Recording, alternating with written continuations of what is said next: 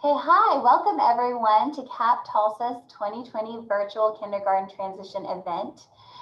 Today we want to go over some important information that can help better set up you and your child for success as they transition from our program into the receiving school district. So to quickly go over some topics that we will cover today is what exactly is a transition?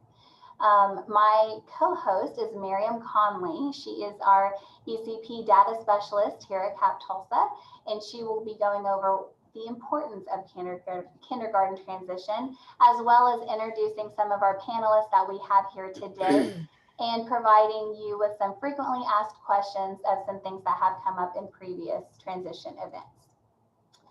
So a couple of things to go over technology-wise for the participants that are here during this webinar. You do have an opportunity to ask a question, and you can submit all your questions by using the Q&A button.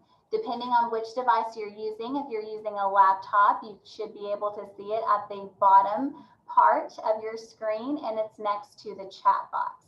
If you are on your phone, you should be able to see it up at the top, and it has a little Q&A that you can click on and submit it that way. Just to let you know that questions can be submitted anonymously, and we also do have translators here to provide support, so they would be able to get you some real time answers. If you need additional tech support in trying to ask any kind of questions or anything in general, please utilize our chat box for assistance, and you can message any of the moderators directly, and we'll be able to help you out in that way. So to go into what exactly is a transition, it is a psychological process that occurs in response to new situations and life events. This is something very significant to our 4-year-olds that are getting ready to experience kindergarten life. These impact our emotional, physical, intellectual, and psychological development. So they are at the critical age of all of this, and we want to be able to provide as much information up front and have a very solid partnership with our school districts in order to make sure that this transition is as smooth as possible. Life transitions can be positive or negative, and they can be planned or unplanned. Lucky for us, this is a transition event that is planned. We are able to prepare and be able to set everyone up with as many tools as possible as they go into this new phase of the journey of education. So our transitions can impact children and adults the exact same way. This is why it's so important to have our dual generation approach, that we're not only making sure that the children is excited and ready to embark on this new classroom journey, but that also you as the parent feel confident and comfortable in your next step as well. The transition process is made up of 3 different stages. We have our endings, our neutral zone, and our beginnings. So as your child starts the end of the program here at CAP Tulsa, we are now finding ourselves in the neutral zone, and that is a season of preparing for the new beginnings. And with that, I'm going to turn it over to Miriam as she goes into kindergarten and the importance of this transition event.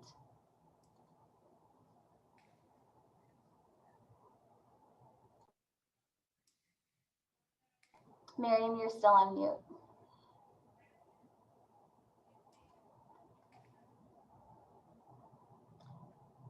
Oh, it's still muted. Technology at its finest, right? All right, can you hear me now? Yes, we can hear Great. you. Okay, so kindergarten is one of the most significant transitions in a child's life. If we look at it through the model that Felicia just described, kindergarten transitions represent an end to what your child has grown accustomed to in preschool. So as we said before, like adults, children grow accustomed to their environments, and your child has become comfortable with their school building, their friends, and their teachers. And they also understand what their current classroom's expectations and daily routines are. They know what to expect, and many children always take comfort in the structure of their school day. But the first day of school, first day of kindergarten, will mark the beginning of new expectations, routines, relationships with peers and teachers. So your child will be going into a new learning environment when they attend public school for the first time. Not only will this environment be a place where they learn new things, but they'll also be learning material in a different way. It's also going to bring about an opportunity for them to learn about a new building, make new friends, and interact with new teachers. And they also may experience a few firsts, such as riding a school bus for the first time or eating lunch in a cafeteria. So while your child has made progress towards kindergarten readiness here at CAP, they may still experience anxiety about starting school. And this is the neutral zone for children in our program. The children may be a bit fearful about starting kindergarten, and even though they have experience in a classroom setting, they still may be anxious to leave the comfort of their CAP classroom to start public school. And this is where parents can come in and ease nervousness and uncertainty through strategy. So preparing for kindergarten can be a chance just to reassure your child and excite them about the experience. You can do so by implementing bedtime routines. So before school starts, you can practice going to bed and waking up at appropriate times. You can also talk to your child about your own kindergarten experience. So you can share who your teacher was, what kindergarten was like for you, your favorite parts of the year, and what you learned during that time. This also is an opportunity to read books about kindergarten at home. That's also a great strategy. And it also represents a time where you can visit the new school or attend a virtual orientation if possible. So even if you can't tour your new school in person, you can drive by the school or look at pictures of the new school online. And this is just a way to help your child familiarize themselves with the school building and also the school route to the way to school. Something else that you can do is also to practice following directions. So you can continue practicing following and giving directions at home or while running errands. So for example, you can use walking feet at the grocery store, or you can practice two-step direction comprehension by asking your child to repeat your directions back to you. Kindergarten also represents a time where parents must prepare themselves. Enrollment processes vary between districts, but parents can prepare by collecting important information in advance of the school year. To do so, you can explore the district's website. So you can check on the website, the district's website, and also social media pages for important updates. And then you can also contact the enrollment office through the district's website, and they also offer information on how to schedule appointments online. It's important to gather required documents for enrollment ahead of time, and applications may ask for important items like birth certificates, emergency contact information, important health and nutrition documents, IEPs, and other special education documents, identification cards, and immunization records. And you may also be asked for proofs of residence like a utility bill or proof of income. And as we were saying before, it's also important to know the dates, and you can find all important conference information, enrollment information, and holiday break dates on your school district's website. We've talked briefly about what to expect and how to prepare, and now our panelists will introduce themselves. And so first, we'll start with Kay. Hello, I'm Kay Long, and I'm an assistant principal at Country Lane Primary that serves children kindergarten first and second only, and that's with Broken Arrow Public Schools. Thank you, Kay. Bonnie?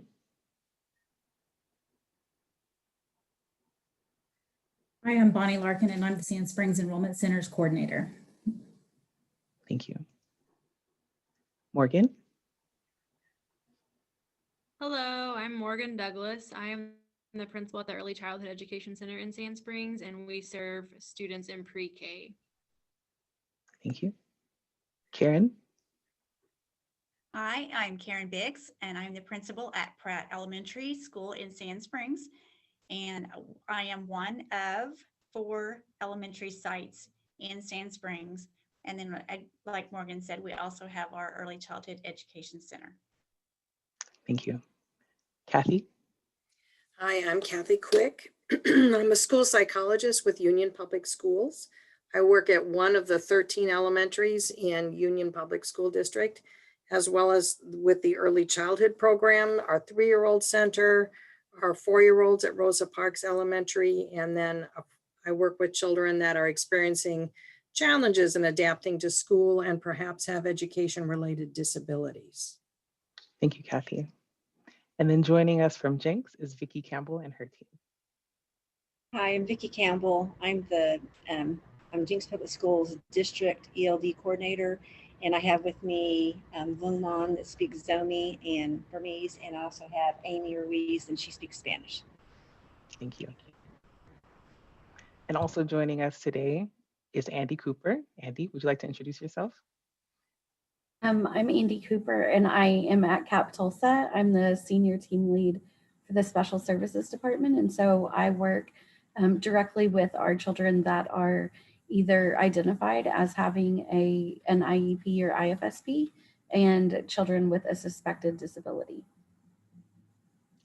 And also joining us from CAP are our two translators to help support any questions that you may have in the chat, in the Q&A box. We have Ivan. Ivan, would you like to introduce yourself?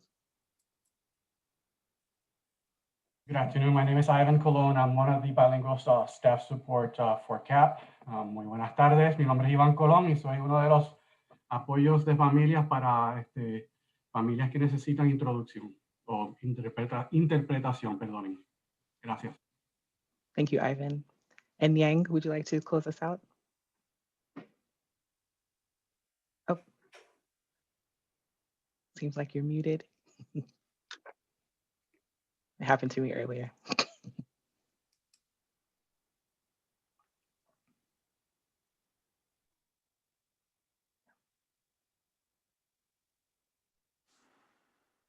Hi, can you guys hear me?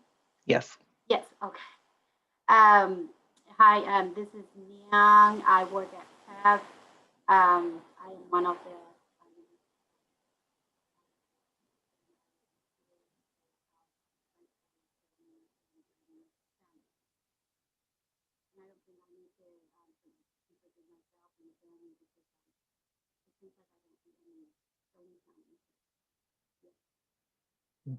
Okay.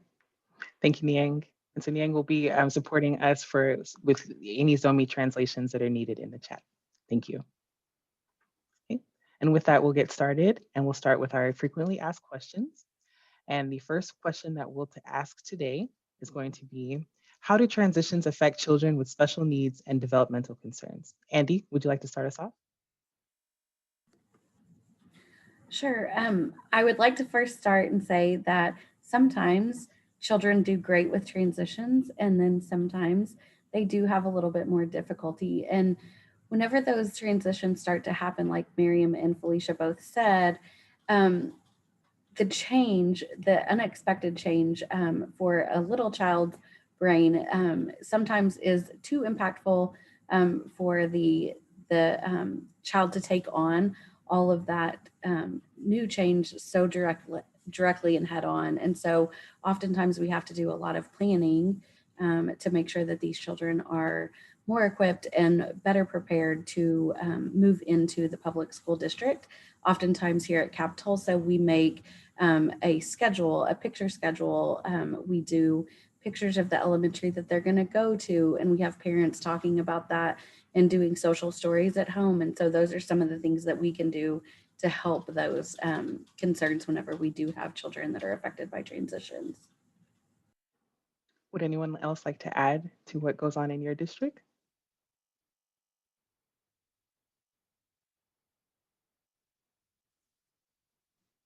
I will say that in Sand Springs, it's very much a team approach.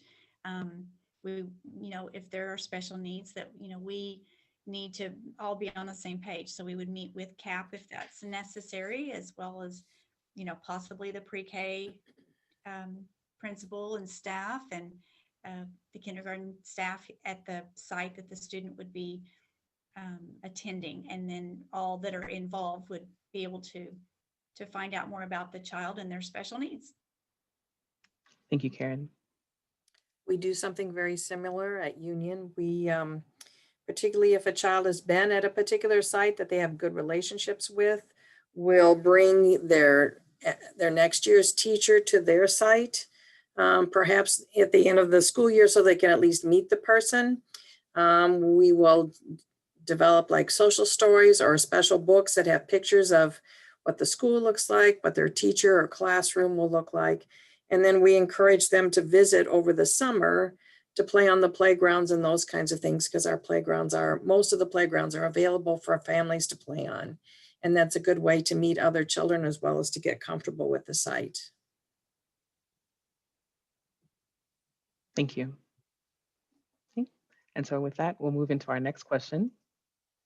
What is your district's enrollment process? And I would like Vicki to start us off.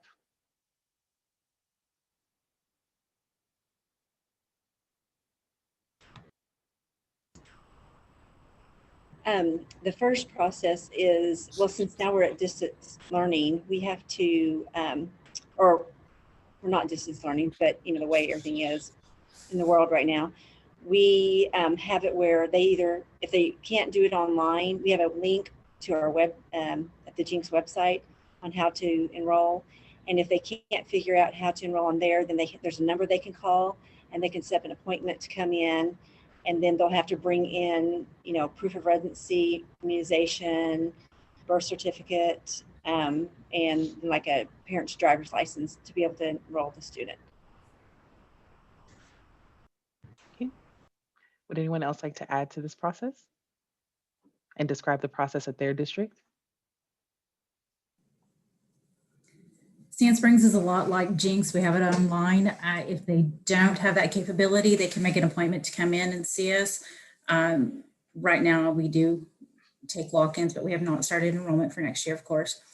But once we do, all of that will be posted on our website. But they do have to have birth certificate, shot records, social security cards with them. They have to have a gas or electric bill showing that they live in Sand Springs district. If not, they are more than welcome to apply for a transfer to come to our district. And all of that will be up for reviewed. We'll let them know. But that's, I mean, that's the basics. We try to make it as easy for parents as possible so they don't have to come in if not needed. Mm-hmm. Thank you, Bonnie. Would anyone else like to add?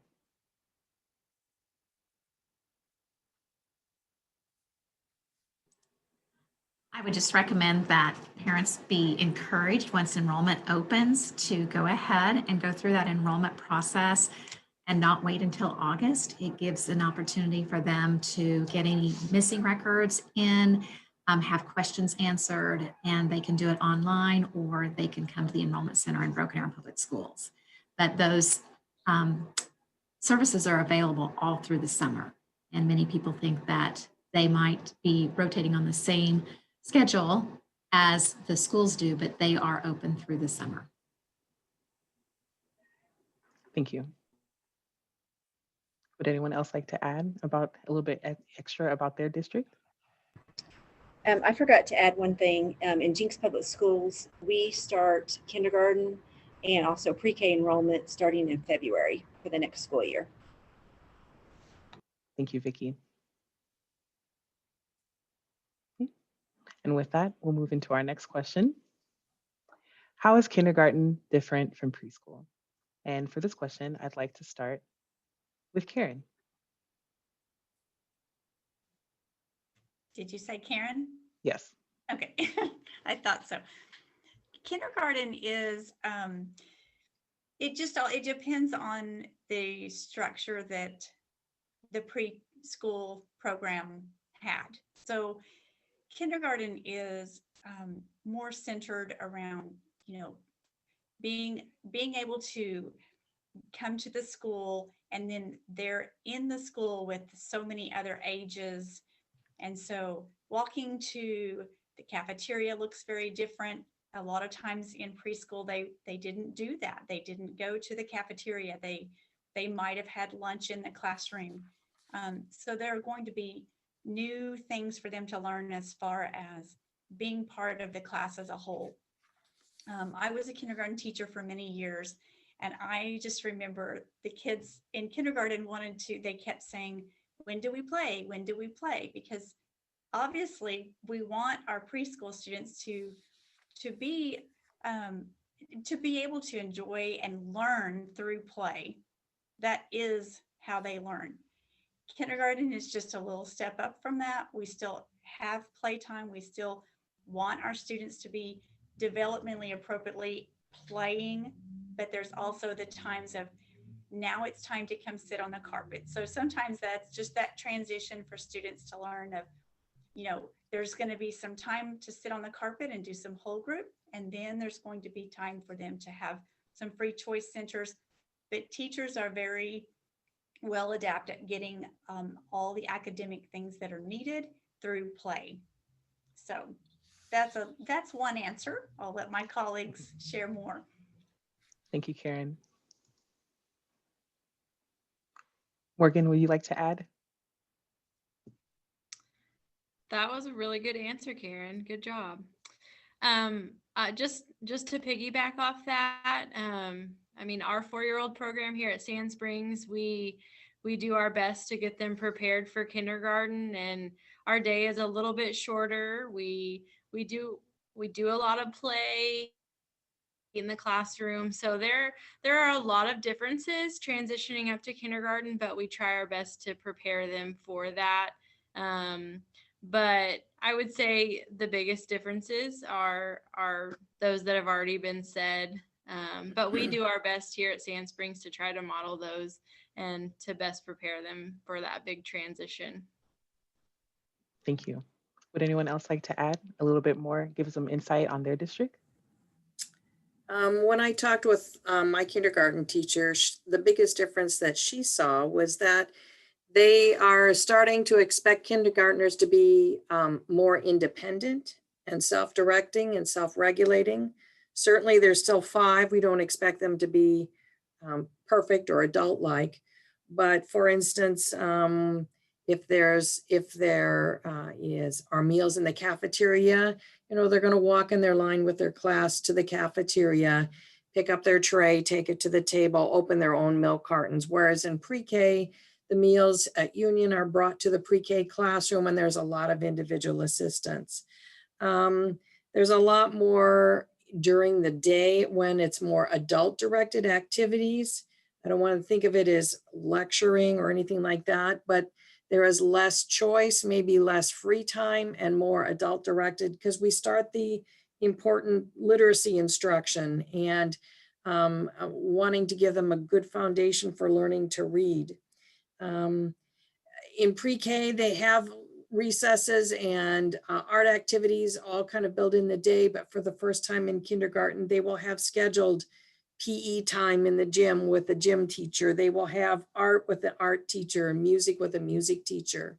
And typically they won't nap or have a scheduled rest break. Certainly if the children are very tired, they're allowed to rest and put their heads down, but it's not a scheduled part of the day like it might be in pre-kindergarten. And of course, this year with COVID restrictions, we've had to add things like parents need to drop off their child at the front door and the child is escorted or eventually will walk themselves to their classroom because we're not allowing adults to enter the instructional space of the building. So children have, with support, become more independent in starting their school day. Whereas in years past, perhaps parents would walk their children to the classroom door, say their goodbyes at the classroom door and those kinds of things. Thank you, Kathy. I would also like to add the difference in CAP Tulsa and going to the public school. Many times whenever you have a child that is served on an IEP, CAP Tulsa is always going to try to be the most inclusive environment that we can be. And so students are always in the classroom 100% of the time. And for the most part, the services that they are provided are brought into the classroom to support the child in that inclusive environment. And whenever you go to the public school system, many times the school district looks at individualization as the main priority of serving a child whenever they are on an IEP. And oftentimes that environment might look a little bit different than being with typical peers all day long. And so that's also something to keep in mind. Thank you, Andy. And with that, we'll go into our next question. Will my child have homework? And to start this, I will ask Kay to be our first answer, to give the first answer. One of the things that we have already said a lot about is the literacy process that we are encouraging in kindergarten through the various instruction. One of the things that we feel is very important is not specifically assigned homework, but the opportunity for parents to interact through the reading process with their child each evening. And the significance of literacy and the success of literacy has so much to do with that parent interaction in reading to the child, reading with the child, going to stop at the library on the way home so the child has an opportunity to choose some books that they can look at or even possibly look through independently as far as reading along with the parent. So as far as specifically assigned homework, we typically do not have that unless a child has been absent and the parents have chosen to get some of the things they might have missed. But so many things in kindergarten are group teaching and are not necessarily, we try to not do a lot of that paperwork, but give opportunities for children to do a lot of interaction with one another as they're learning. So the best thing parents can do at home is read with their child. Thank you, Kay. Would anyone else like to add? I'll jump in. I agree completely.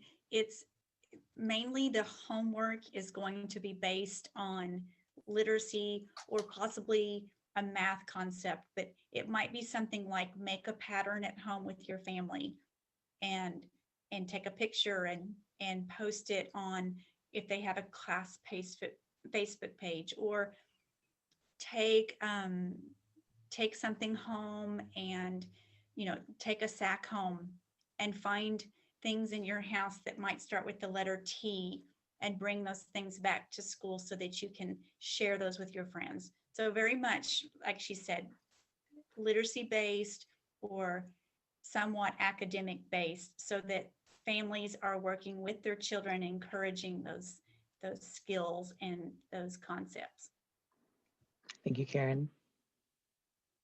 Would anyone else like to add to that?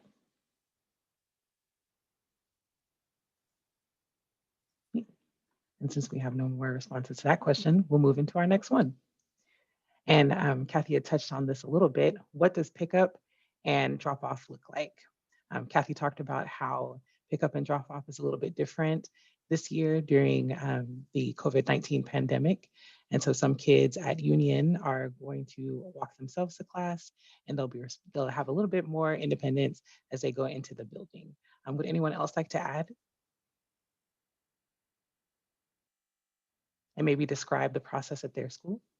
I can expand a little bit. So like if children are brought to school by their parents and we have all of the buildings have what they call a card line where the drivers drive by and they have some way of matching a number that's assigned to the family with the child. And so some of them have you hang something from your rear view mirror, or some have a number in their the dashboard, but they match students based on this family assigned numbers.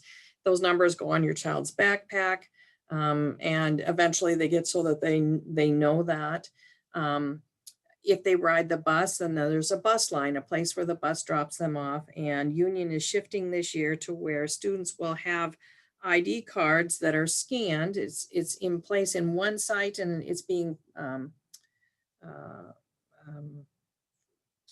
transitioned in at other sites. And unfortunately, with the COVID and the distance learning on and off, it hasn't gone as quickly as we'd like, but each bus rider will have a card that has,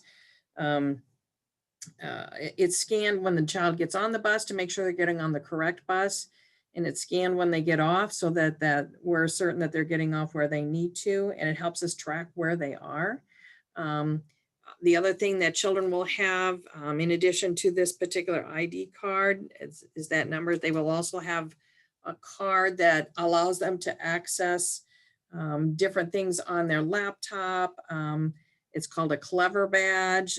It'll allow them to check books off in the library. It's the way that they use meals. So those are all things that children will have learn to have responsibility for. Mm-hmm. That's excellent. Would anyone else like to add and a little bit more about what their district processes are? I would say that we in Sand Springs are doing things that are very, very similar to what she just described. We have, every every site is a little bit unique in their drop off as far as the cars, but it's all very much the same. The cars pull through. There are going to be staff on hand, especially at the very beginning of school, so that we can individually walk students into the building and help them find that new teacher that they don't know yet. And so then once things get going, yes, it's a quick drop off in the morning. Same thing with the bus. The students have a bus tag so that they're identified. And it's a way that we can, better track our students and know that if they got on the bus or off the bus. So very, very similar to what she just described. Thank you, Karen. Would anyone else like to add a little bit more, give us more insight into their district's processes?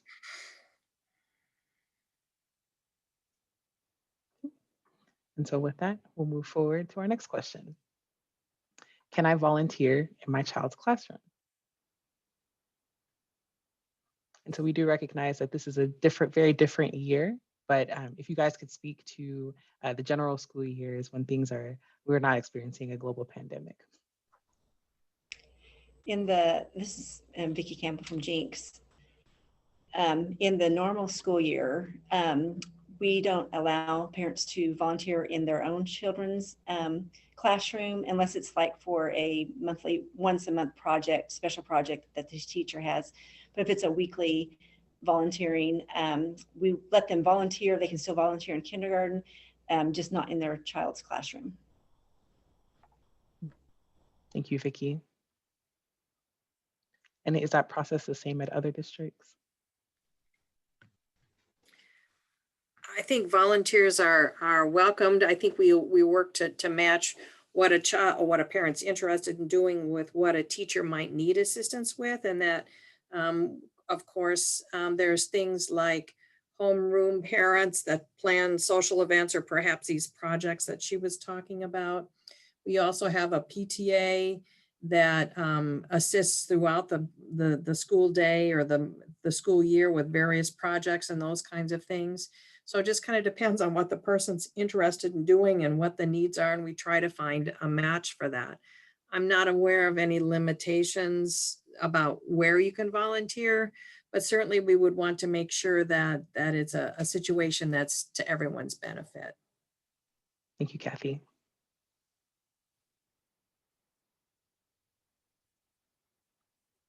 Okay, is the process the same at Broken Arrow?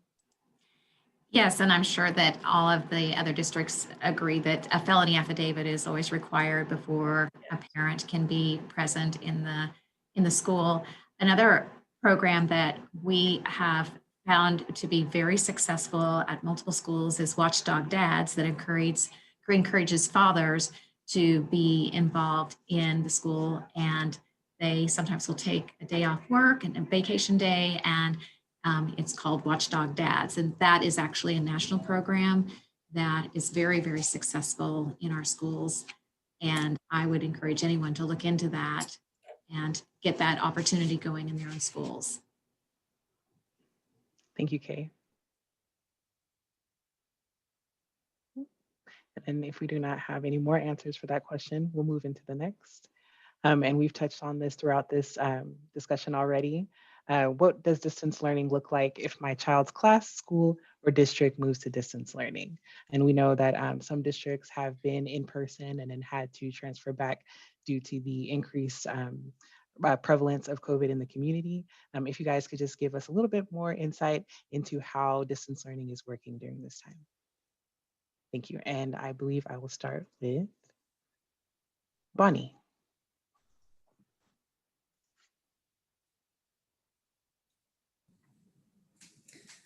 Right now, when it comes to enrolling in distance learning, if they are interested in that, of course, they have to enroll in the actual district and then get that whole process started. And then we will get them in touch with our virtual director. He'll go over a little bit of information with them to make sure that it's suitable for them, that it is something they can do. And then we'll get it set up. If for some reason they decide, no, this isn't working and they want to go back to the actual building, then we get in touch with sites and the virtual director and say, okay, hey, this transition is wanting to happen. Here's, we'll have them contact the parents so that way they can make sure that they get all the information and get a good start date for them to actually transition back into the building. Thank you, Bonnie. Would anyone else like to add to that, please? I will kind of jump in with Bonnie since we're from Sand Springs together. But so if a child is already in school, if they're in kindergarten or any of our grade levels, pre-K for that matter as well, if they're in our school face-to-face and the class is quarantined or our district decides to do a short-term distant learning timeframe, we have, as a district, decided for our lower grades, at this point, we're doing packets. And so each teacher would connect with their families for those classrooms, and they would provide the packet for the families to pick up at their convenience. They would have an access area outside or somehow communicate that with the families so that the families can still continue doing things with their students. At this point in time right now, Sand Springs is not quite one-to-one as far as our lower grades go. We're close, we're getting there, and when we do, then we will provide those things for our lower grades, whereas it affects our pre-K and kindergarten students. Thank you, Karen. In Jenks, we do where if we're in school and then we move to distance learning, we have it where we already know which students need a Chromebook at home if they don't have one. And we provide that, and we provide hotspots if they need a hotspot. And then we, like say if today we're notified that tomorrow we're going to distance learning, we have a distance learning day, transition day, where every student already has a piece of paper that they will know exactly what they're supposed to do for that day. And then the second day that they're home, they have lessons online through Canvas that they get, and also the teachers email virtual lessons to them. And then they also have Google Meets a couple of times a week, so the whole class can meet together and they can discuss what they've been learning. Mm-hmm. Thank you, Vicki. I was going to say it takes a great deal of planning and attention to detail to pull something like this off. A lot of planning went on early in the summer to anticipate the possibility. At Union, all the kindergartners through 12th grade do have access to devices. And so they have devices that they can use in the classroom. And in this last instance, when they did, if a classroom is quarantined or whatever, they do send home those devices. I talked a little earlier about having those badges. Those are all of their logins, so that and we spent the first week or two of school teaching kindergartners through 12th graders how to use those devices, how to use the badges to log on. There's all that information is available on the website to help parents understand. The district Union provides, as they've talked about, assistance with connecting to the internet through MiFi or Wi-Fi hotspots. And in the case of right now, at my school, there are daily logins for each class. Each class meets with their teacher 2-3 times a day, depending on what grade level that they are. They have whole class discussions or morning meetings. They greet each other. There's times when they do some instruction, perhaps they do some assessment. Sometimes they break out into small groups. It is up to the parent to decide how much of that they participate in. We don't coerce people, but we make those options available to help keep learning moving forward as much as possible. And we practiced that in school before we had to do it from home. So the primary platform you might hear people talk about at the elementary level is something called Seesaw, where the parents or the student can log in and they can find activities to do. If a parent has difficulty logging in or getting access, the district will work with the family. And if necessary, or if it's most appropriate because of the learning style of the child or the age of the child, we can provide paper and pencil activities as well. It just kind of depends on the interest. But I will tell you, as I pop in and out, because during distance learning, our children might be at home, but we are requiring our teachers to work from their classrooms unless there's some medical reason why they can't. If you pop in and out of a classroom, I happened to be actually with a kindergarten teacher this morning. They finished their morning meeting and they leave them on for 5 to 10 minutes, and they have their own personal conversations back and forth. And it's really quite interesting to see how engaged some of our youngest learners can be in a very foreign, seemingly cold format, but it was very interesting to see. I have been really pleased to see how adaptable some of our children and students have been able to, in these difficult times, figure out a way to make it work and enjoy the process. Others don't find it enjoyable. They find it difficult. They find it isolating. And parents sometimes getting logged in and figuring it out. There's technology problems.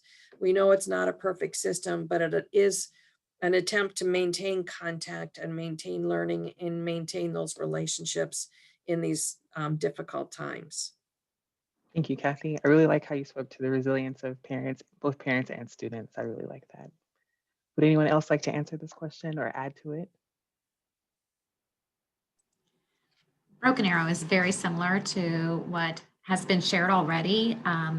The teachers are working with their children, even our littles, kindergarten all the way through 12th grade, through Microsoft Teams daily, doing synchronous and asynchronous learning. Our self-contained special education classes are actually in our buildings with their teachers so that they continue our level 2 and 3 students, not our resource level 1 with our LD students, but those students who are in level 2 and 3, they're receiving the instruction from their teachers and meeting in their small self-contained classes. So we felt like that was very important to continue. We talked about moving instruction forward, but also helping those students who struggle the most with learning. Thank you, Kay. And with that, we'll move into our next question. What is your district's sick policy?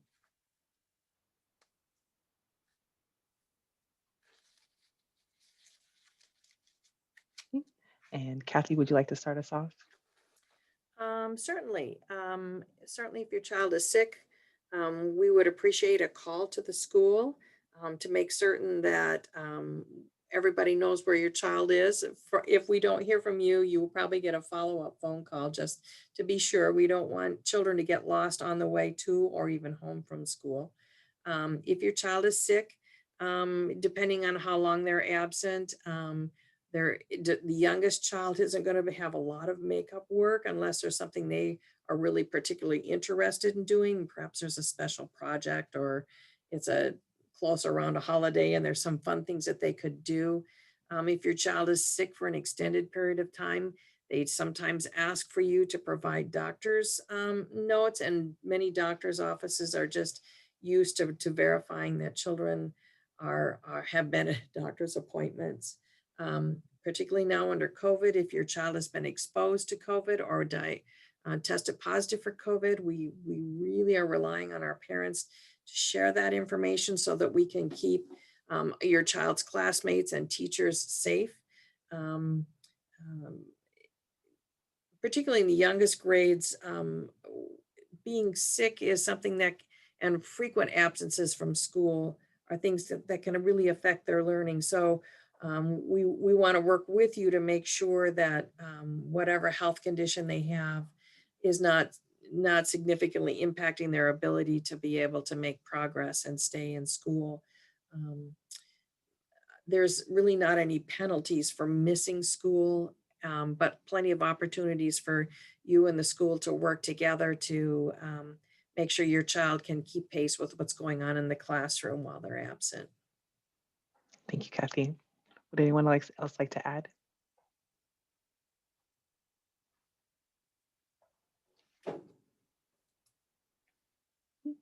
And so that process is similar across all districts.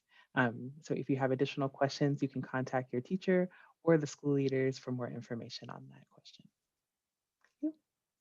And the next question is, will kindergarten provide support for my child who does not speak English as their first language?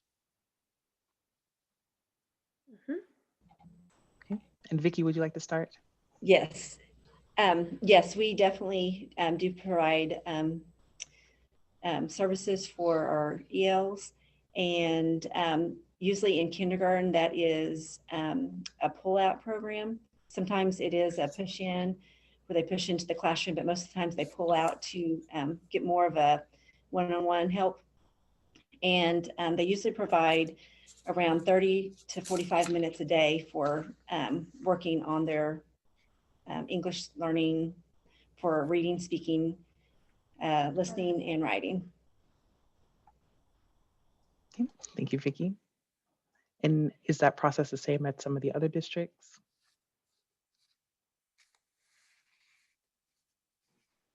Yes, it's very similar in Sand Springs as well. As is in Broken Arrow. We also have the pull out or push in program at every one of our school sites with an EL teacher and or an EL teacher's assistant. And we also have a program that in every single classroom, in addition to our pull out and push in, we have a program called Imagine Learning that students are on each day for 20 minutes to get even more skills in addition to what's given to them, one-on-one sitting. Thank you, Kay. And I think it's probably common among most of the districts that EL students there, the development of those skills is monitored every year, is assessed every year. And each one has their, what we call an LEP, an individualized plan to address some of those areas where they might need individual assistance. Union uses a more of an embedded services in that each of our teachers are provided coaching and training to be able to address the learners, EL learners' needs during the instructional process, so that there's a close tie-in between what they're hearing in the classroom and what they're working on in terms of their LEPs. We have many of our buildings have lots of bilingual students who, without being prompted, help each other learn the vocabulary, and that is encouraged for them to help. We have dual language adults that also can intervene, particularly for those who are struggling to learn English. And we also have the Imagine Learning. I would imagine most of our support services are very similar in that way. Thank you, Kathy. And with that, we'll move into our next question, which is, what kinds of qualifications do kindergarten teachers have?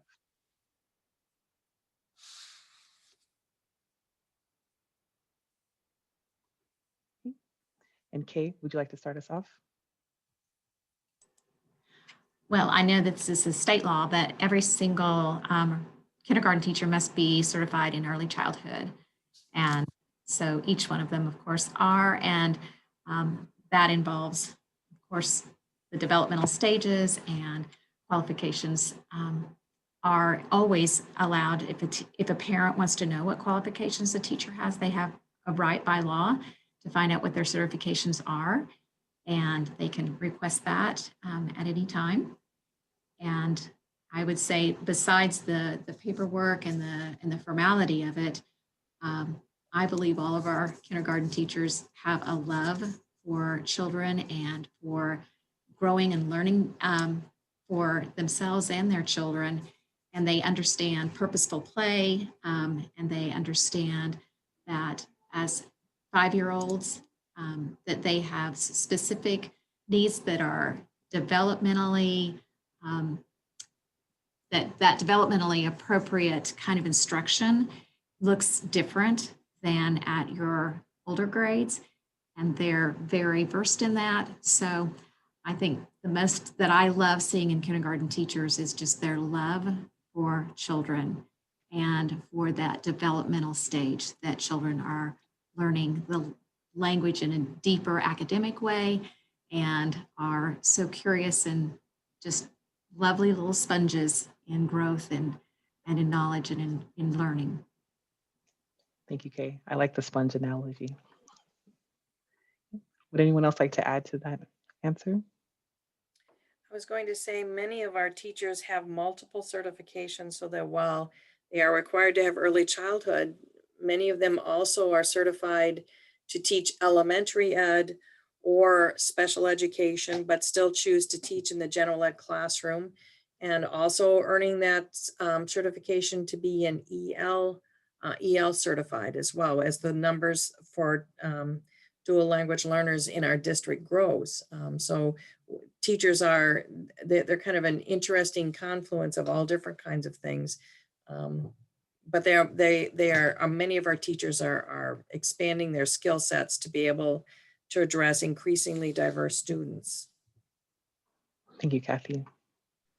I was going to add as well, just like Kathy alluded to, that many of our teachers in general, but especially sometimes our teachers of our lower grades, they have a love of learning themselves. And so they continue to find professional development opportunities that are going to help them to learn the ever-changing world of teaching, and especially with our little students and the students that have been exposed to more and more trauma or difficult things that they might need to be well versed in. So yes, definitely, as far as the state goes, they're all early childhood certified, but there are so many more things that they continue to learn every year. That's very insightful that they're continuing with the trauma-informed approaches to education. So it's very nice. Our next question is, what is the teacher to child ratio?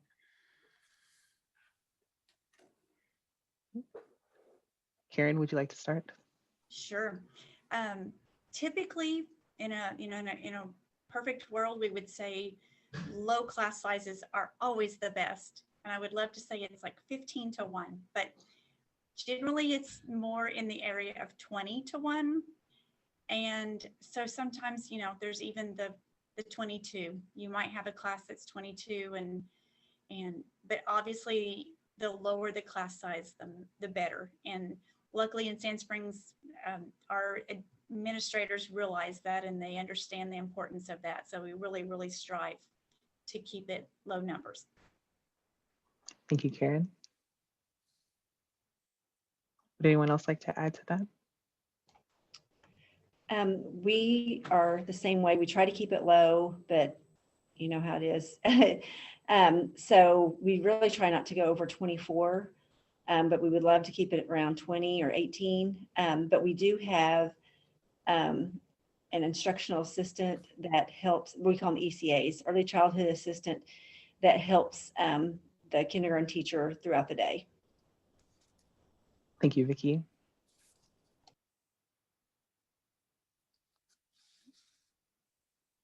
Would anyone else like to add to the ratio question? If not, forward. And the next question is, what kind of discipline do you use? Here at CAP, parents are familiar with conscious discipline. And so we just wanted to get a bit more insight on whether or not conscious discipline is used in other school districts. Vicki, would you like to start? We don't have, we have had training in the discipline book that you're talking about, but we do not have a discipline program. But we do, when we have anything, we provide different choices for the children to try to get them to do what we want them to do, basically, to follow that way. So we try to provide choices. We do where, if we need to talk to the parent to let them know what's going on and see if we can get some help with the parent. But usually that is that's our form that we would go through. Thank you, Vicki. And I'll jump in for Sand Springs. We don't necessarily have a district-wide program that is implemented. It's kind of site-based. Sometimes it's even specific to each individual teacher. Many of the sites do have school-wide expectations, and the teachers would just modify those to accommodate what it looks like in their classroom.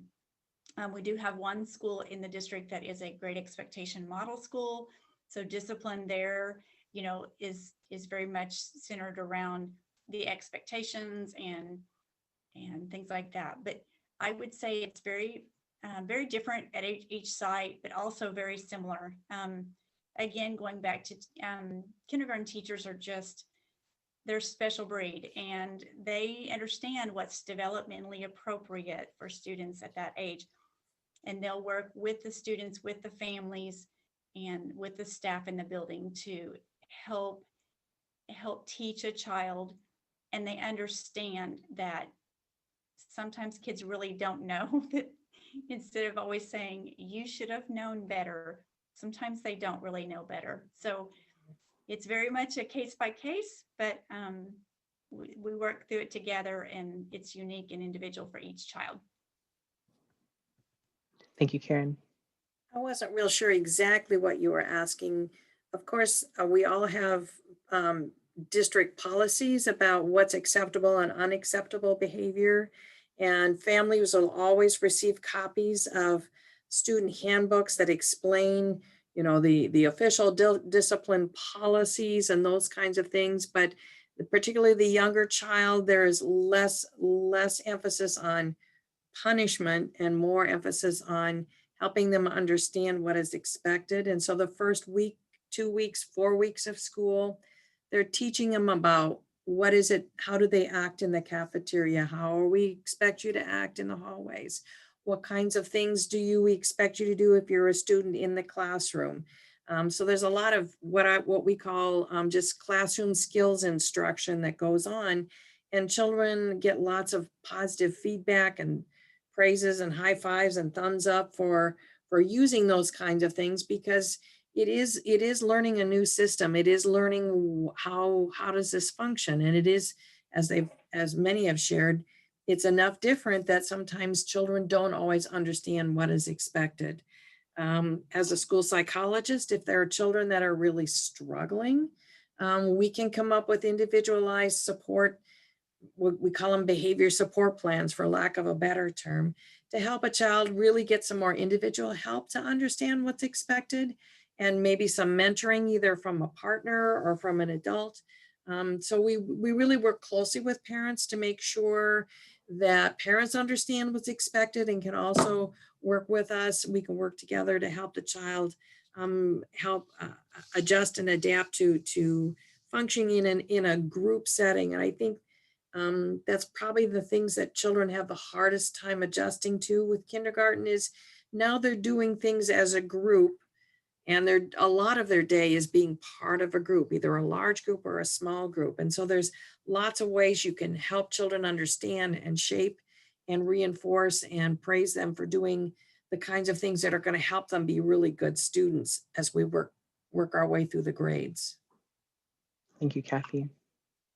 And with that, we'll move into our next question, which is, what types of tests will be given during the school year, and how will I be informed of my child's progress? And Kay, would you like to answer this question for us? Get us started on the conversation? Yes, thank you. As far as tests, I'm going to use the word assessing and screening and benchmarking.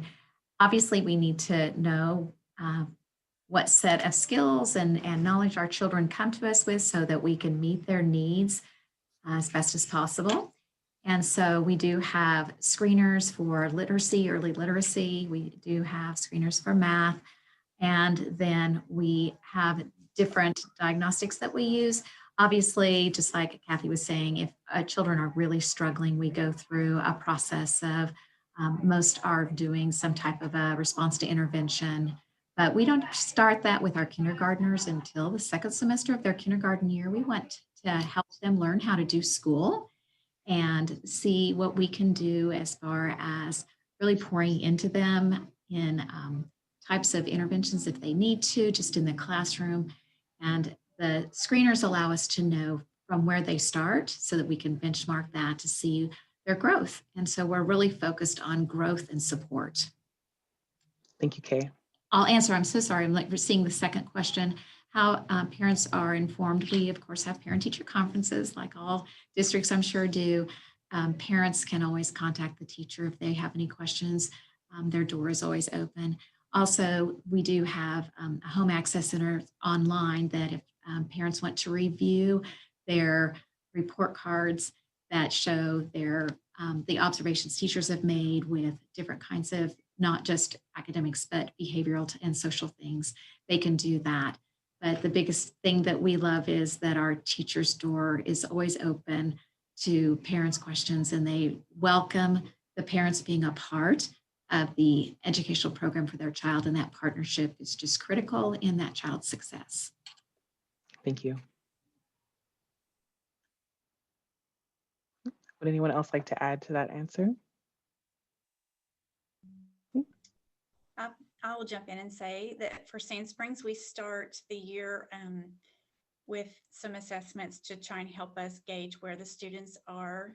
And then we would be able to go from there and create some, some plans of action for our students that may be really, struggling at the beginning of the year. So one of the assessments that we do is Ames Web testing.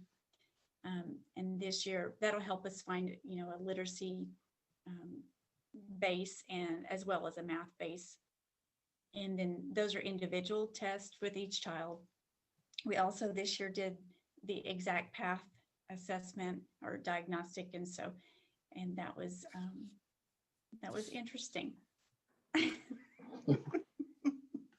Thank you, Karen. I will just leave it at that. Interesting is always good. Thank you. Okay. And with that, we'll move into any questions that we may have from the chat. There was one that did come through. Kay was able to provide us with that information. Thank you.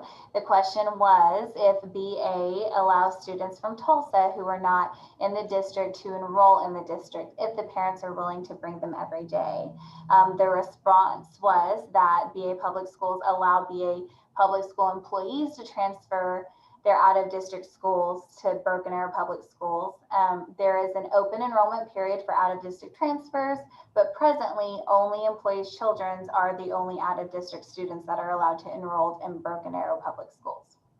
That was a really good question to ask, and so we can also ask that similar question to the rest of the districts as well if they would like to answer that for us.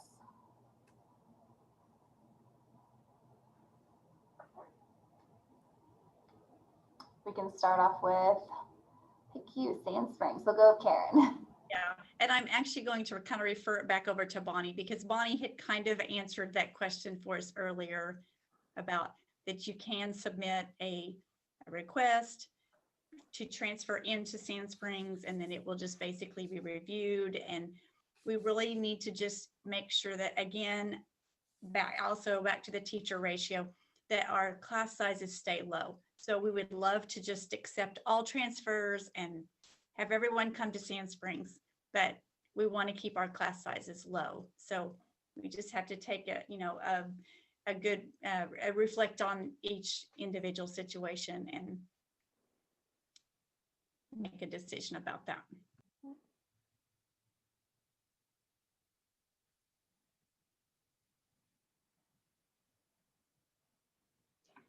All right. Well, if there are no other comments on that question, we will move into our closing. So we'd like to thank our guest panelists and attendees for contributing to this session.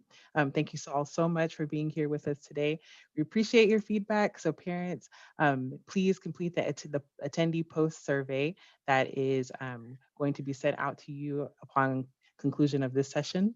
Our discussion today has been recorded and will be transcribed, translated, and posted as a resource for all parents including those who weren't able to be here with us today.